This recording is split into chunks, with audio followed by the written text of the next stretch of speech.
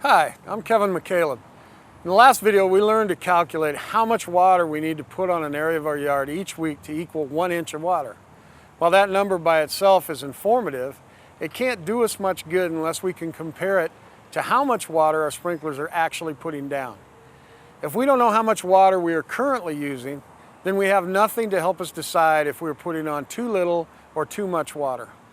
In this video, I will show you how to calculate the amount of water your sprinklers put onto your yard in 1 minute and how to use that number to figure out how long the sprinklers need to run every week to equal that 1 inch of water that we learned about in the last video. For this exercise, you'll need the sketch of your yard that we made previously, the step number 3 page from worksheet number 1, a pencil and a calculator. You'll also need a watch with a second hand or a stopwatch. Are you ready? Let's get started. Our first step is to locate the water meter. Every city or town is different, but typically the meter will be located in a small concrete box on one of the corners of your property near the street. If you have trouble finding it, call your water provider and they can give you its relative location. On top of the box will be a reader's access door or lid that you will need to open to see the meter inside. You may want to put some gloves on to clear out any debris or dirt until the face is easily read. On the face of the meter will be numbers 0 through 9 in a circular array, much like a clock, and you'll see a large sweep hand. One complete circle of the sweep hand equals 1 cubic foot or 7.48 gallons. For this exercise, we will round up to 7.5 gallons to make the calculations easier. Each of the numbers around the face represents tenths of a cubic foot or 0.75 gallons. Most meters in our region measure water in cubic feet. There are some numbers that look like the odometer of a car. On most newer meters, you'll see a small star or triangle-shaped indicator to one side of the point where the base of the sweep hand is attached. In some cases, this indicator may actually be on top of the base of the sweep hand. This is called the low flow indicator. For our calculations, we will only be using the sweep hand. However, it is important to be aware of any movement by the low flow indicator when everything is off. Before you start, be sure that no water inside or outside your home is being used. No toilets, sinks, dishwashers, laundry, sprinklers. Any water that flows through the meter while you are observing the meter will throw all of the numbers off. So it's a good idea to turn off all water to your home before starting this exercise. Once you are sure there's no water being used by anyone or any appliance in the household, observe the low flow indicator on the meter for a few moments. Look for any movement in the little star or triangle. Movement of any kind indicates that water is moving through the meter. This could mean an appliance is not shut off tight or you may have a leak somewhere. You'll want to get this repaired quickly to avoid costly water waste. If no water is moving through the meter, we can start the process. Go to the sprinkler system controller, otherwise known as the timer, and use the manual switch to turn on station number 1. As the sprinklers begin to operate, write down on the worksheet number 2 under step 3 the station number and your name for the area of the yard that is operating. While the sprinklers are continuing to operate, go back to the meter.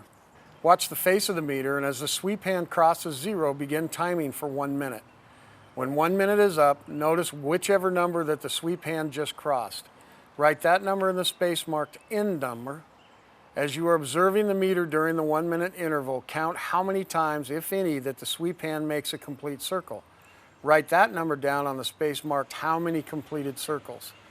If it does not travel 1 complete circle, write down 0. Now use your calculator to complete the math.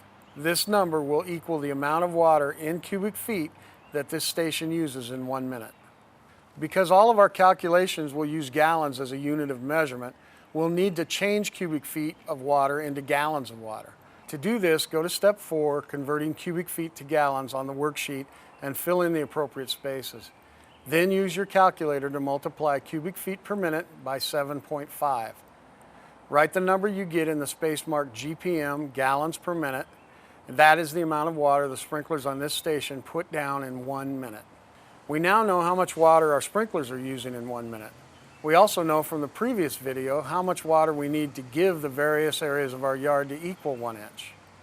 Using both of those amounts in step 5, how long to run sprinkler system to get 1 inch of water, we can now figure out how many minutes each station needs to run to achieve that goal of 1 inch of water. On worksheet number 1 under step 3 is a space entitled gallons per week to equal 1 inch. Write that amount down on the space provided in worksheet number 2, step 5. Write down the gallons per minute that you just calculated. Use your calculator to do the math. The answer, minutes per week, will be how many minutes the sprinklers need to run each week on that station to equal 1 inch of water.